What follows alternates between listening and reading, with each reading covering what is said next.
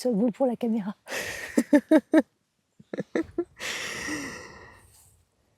Donc dans cette vidéo, on va parler de deux choses, de bulbes d'abord et ensuite de dahlias. Et pour la partie bulbe, c'est le travail que je suis en train de faire en fait cet automne, c'est-à-dire sortir une bonne partie quand même des premières planches que j'avais fait en 2020, donc qui ont 5 ans, et qui ont besoin d'être sorties pour être divisées, pour ensuite être replantées. Et donc j'ai fait un tri entre ce que je voulais garder, ce que je voulais mettre ailleurs, même pour la maison ou vendre. Et donc là, ce que je vais vous montrer, c'est quand je sors ces bulbes et que je les divise et que je les replante, comment je les plante. Et je vais vous montrer aussi une anecdote sur quand on se trompe de profondeur de plantation. Bon, et avant qu'il se mette vraiment à beaucoup pleuvoir, dans une seconde partie, on parlera des dahlias, comment je fais pour les hybrider, comment on les sélectionne, sur quels critères, et comment on fait donc de la graine jusqu'au plan final.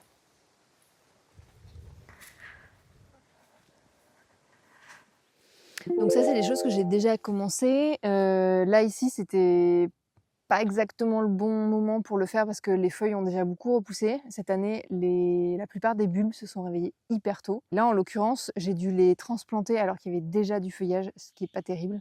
Je pense que ça devrait aller. En plus, la météo est plutôt pas mal maintenant. Le ciel est souvent couvert, il a un peu plu de façon régulière. Donc ça, ce premier petit set, je l'ai réimplanté ici.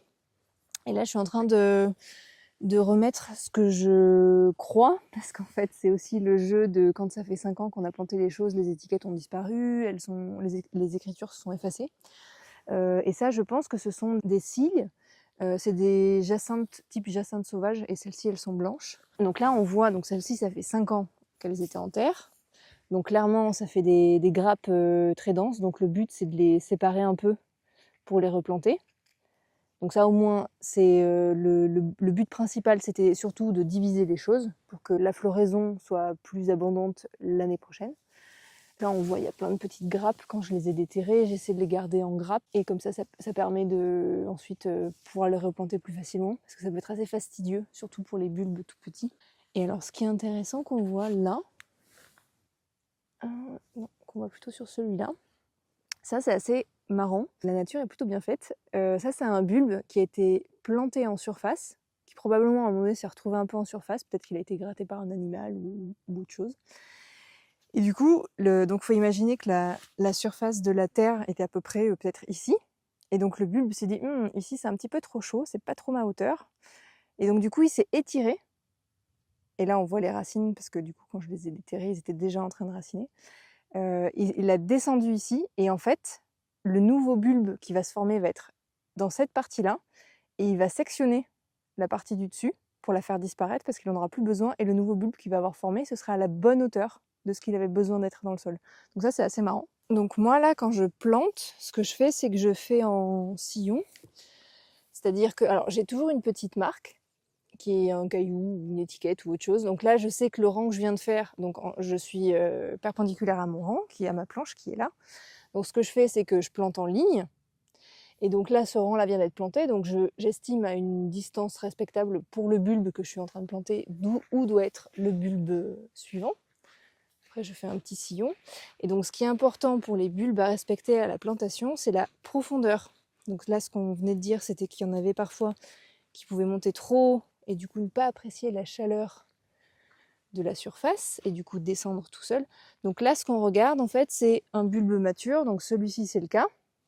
Là c'est un bulbe mature assez âgé, à côté il y a des petits bulbilles, donc qui sont les bulbes des saisons futures qui vont faire les futures fleurs des saisons d'après.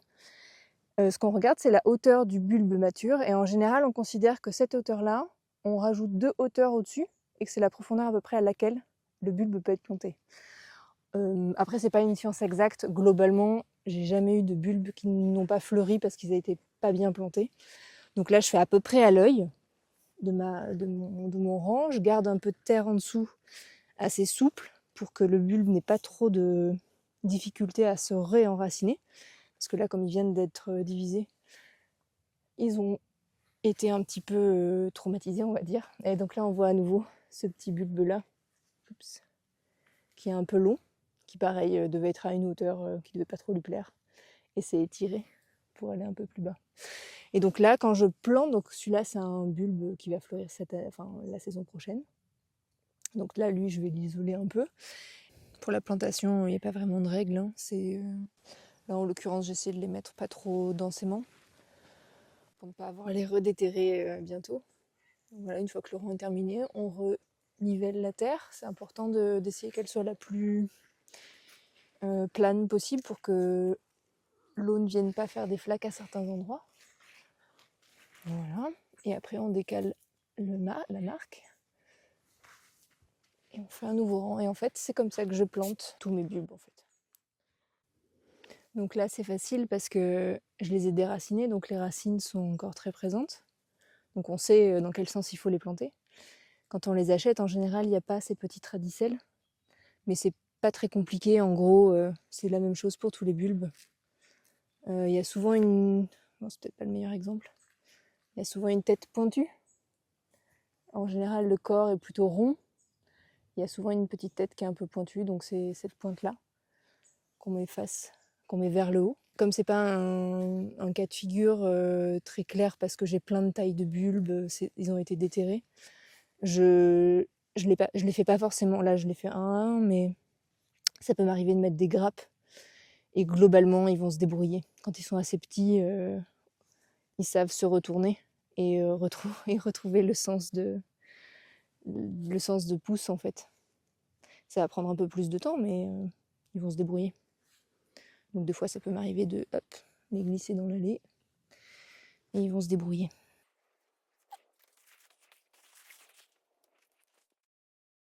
Et voilà une partie du champ vu du ciel, les blocs de dahlia et d'annuel.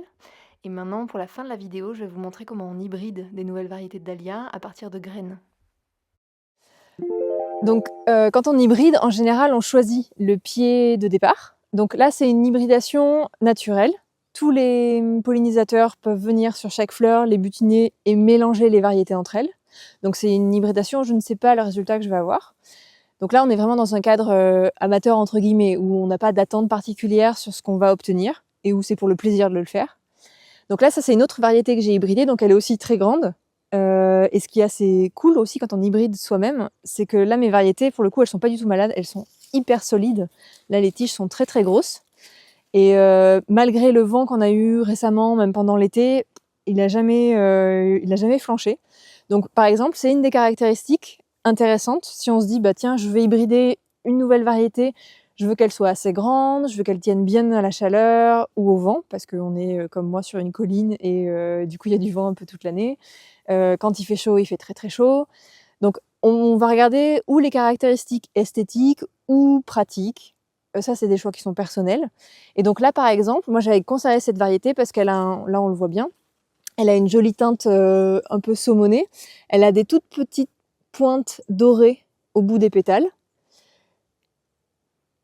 Et les tiges sont hyper grandes. Donc là, moi, quand je cueille, je peux aller jusque là, ce qui fait que j'ai une tige de quasiment 70-80 cm, qui est immense.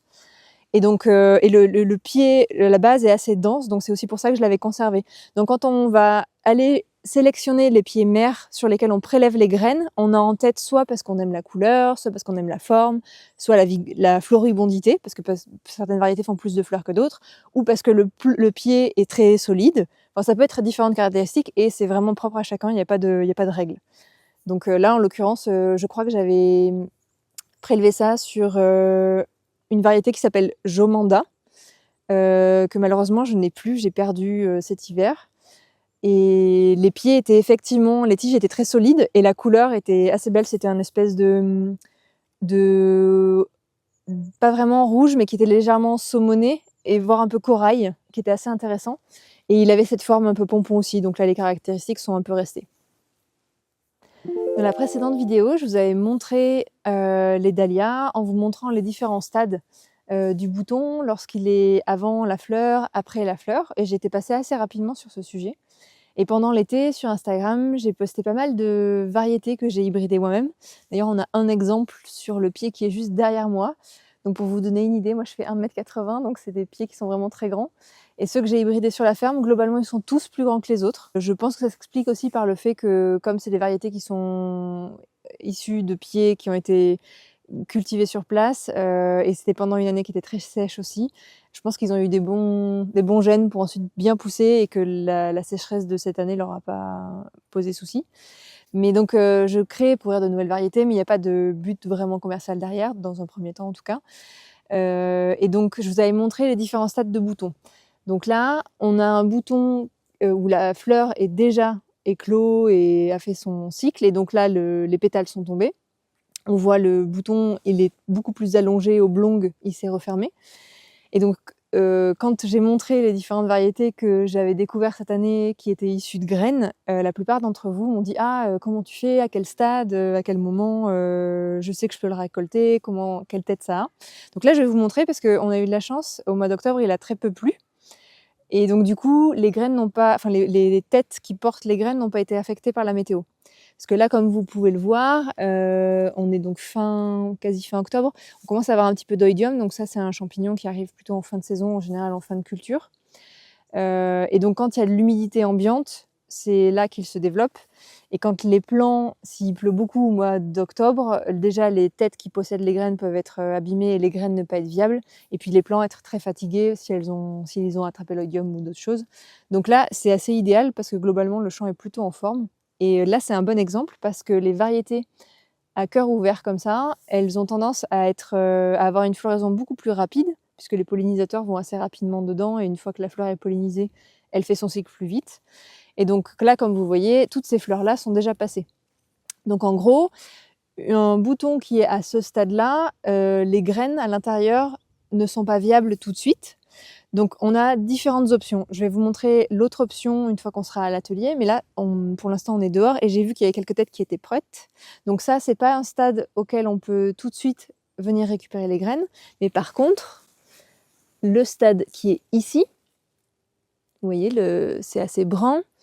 Le stade qui est ici, c'est bon aussi. Celui-ci, on est entre deux. Vous voyez, c'est un tout petit peu vert, un tout petit peu marron. C'est entre les deux. Celui-ci aussi est bon. Ah non, il est entre deux aussi. Un petit peu encore vert, un petit peu marron. Donc ça, c'est des stades où, a priori, on est OK. Donc là, je vais prendre celui qui était entièrement marron. Là, ce qu'on voit, en fait, c'est la partie donc sur une fleur. Donc celle-ci qui est en cours de floraison. À l'arrière, on voit des tout petits pétales beaucoup plus rigides. En fait, c'est une fois que la fleur se termine, ce qu'on voit là, ici, c'est ce qu'on voit ici qui est en vert. Le cœur va se refermer et les tout petits sépales ici qui sont jaunes, en fait, c'est ce qui va venir se refermer autour du cœur de la fleur. Et une fois qu'elle a été pollinisée, c'est à l'intérieur de ce cœur-là que les graines vont être fabriquées. Donc là, on a quelque chose qui est plutôt sec. Donc quand on est à ce stade-là, alors je sais qu'on a tendance à souvent, surtout si c'est dans un jardin personnel, on a tendance à vouloir nettoyer parce que l'idée c'est que le dahlia, plus on enlève les boutons avec les graines à l'intérieur, plus les fleurs continuent d'apparaître. Et c'est le but en général dans un jardin. Donc en général, on nettoie ça. Mais là, en fin de saison, ça a du sens de ne pas les couper. Et donc ce qu'on peut faire, voilà, c'est qu'en général, ça se détache assez facilement. Et là, on le voit déjà. Donc là, j'ai détaché ma tige avec les petites sépales qui étaient à l'arrière. Et donc ce que j'obtiens, c'est cet ensemble de choses qui va être assez... Alors là, il y a un peu de vent aujourd'hui, je ne sais pas si c'était le meilleur endroit pour le faire, mais... Donc là, vous voyez, ça fait comme un peu du papier tout léger, tout fin.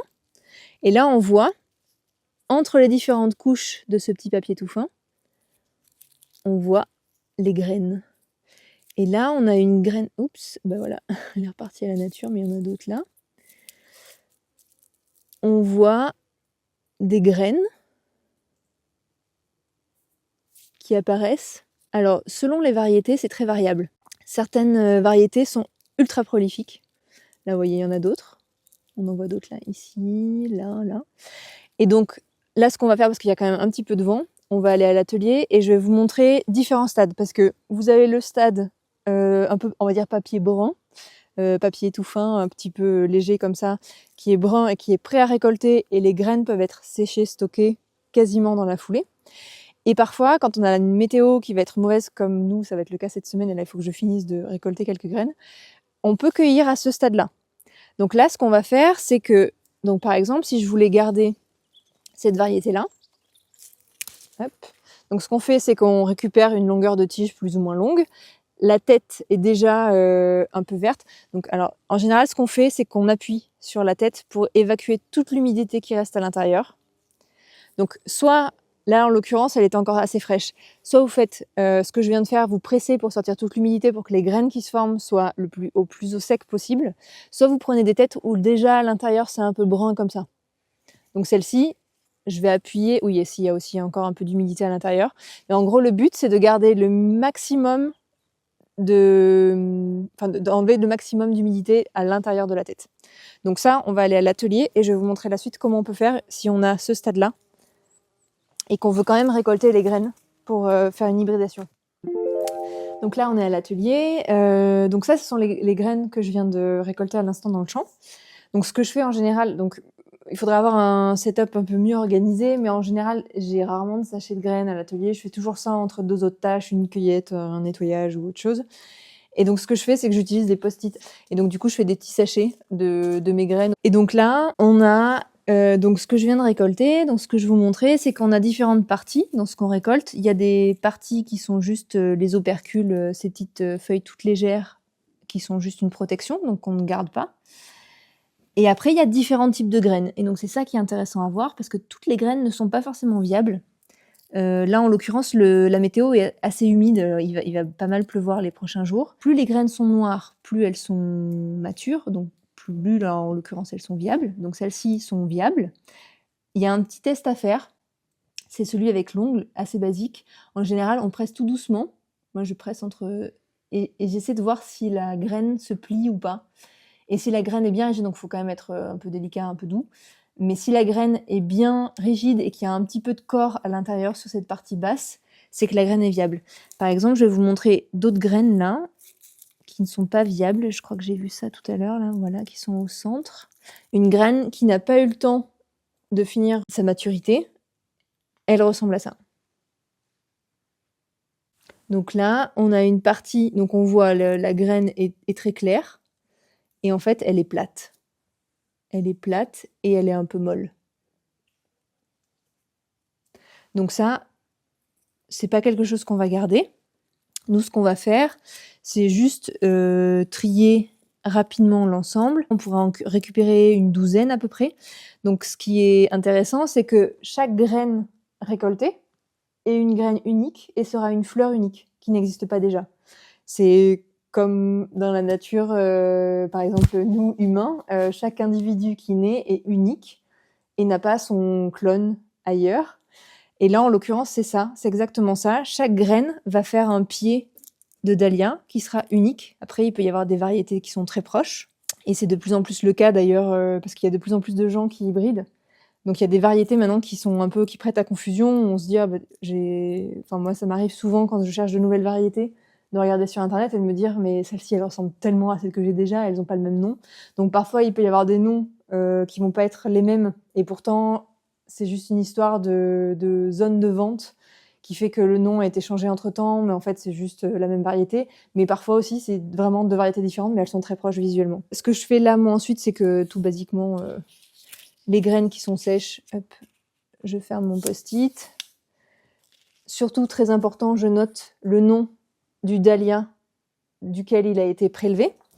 Et donc là, ce qui est intéressant, donc là, c'est pas un vrai nom définitif. Ça, c'est un dahlia que j'ai récolté, enfin qui a été hybridé en 2023.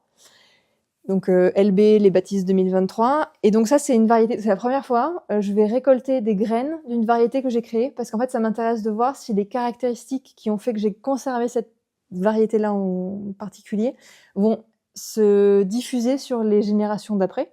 Et dans quelle proportion ça va être le cas? Est-ce que la forme va complètement changer? Ou est-ce qu'il va y avoir quand même des traits, des pieds par an? Je pense qu'a priori, il n'y a pas de raison que ce soit différent d'une variété classique commerciale. Mais là, du coup, c'est la première fois que je vais hybrider des variétés que j'ai moi-même déjà hybridées, où je vais créer des nouvelles variétés à partir de ces variétés-là.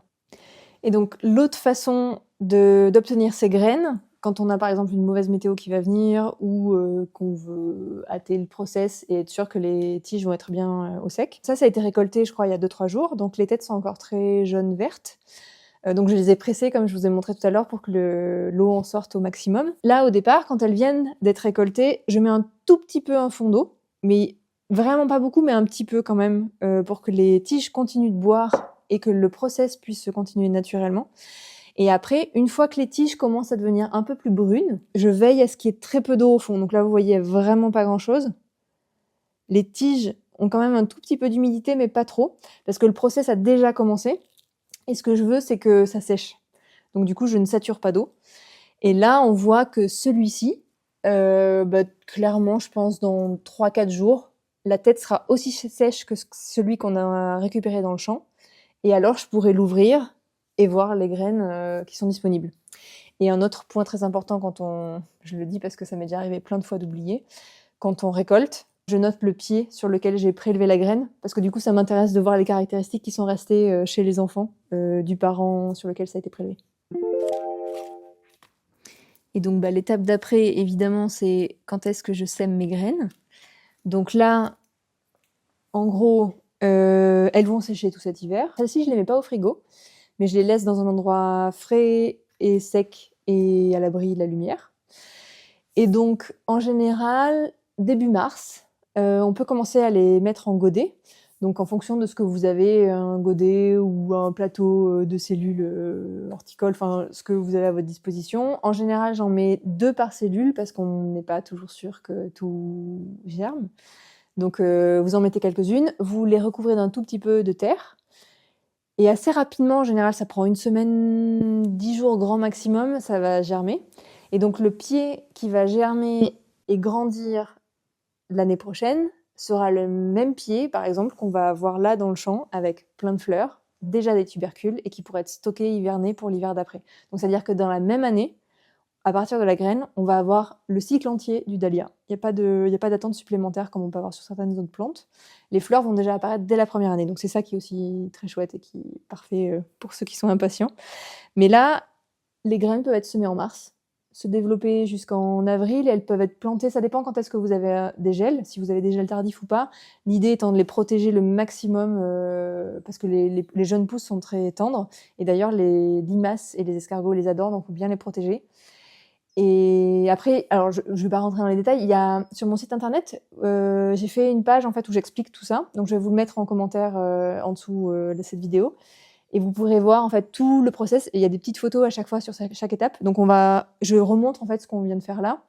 Et je montre après au moment où je le sème, comment est la petite plante quand je le plante et comment ensuite le plant évolue. Donc vous retrouverez tout sur le site. Mais les graines récoltées cette année feront des fleurs l'année prochaine et ce seront des variétés que vous pourrez conserver d'une année sur l'autre.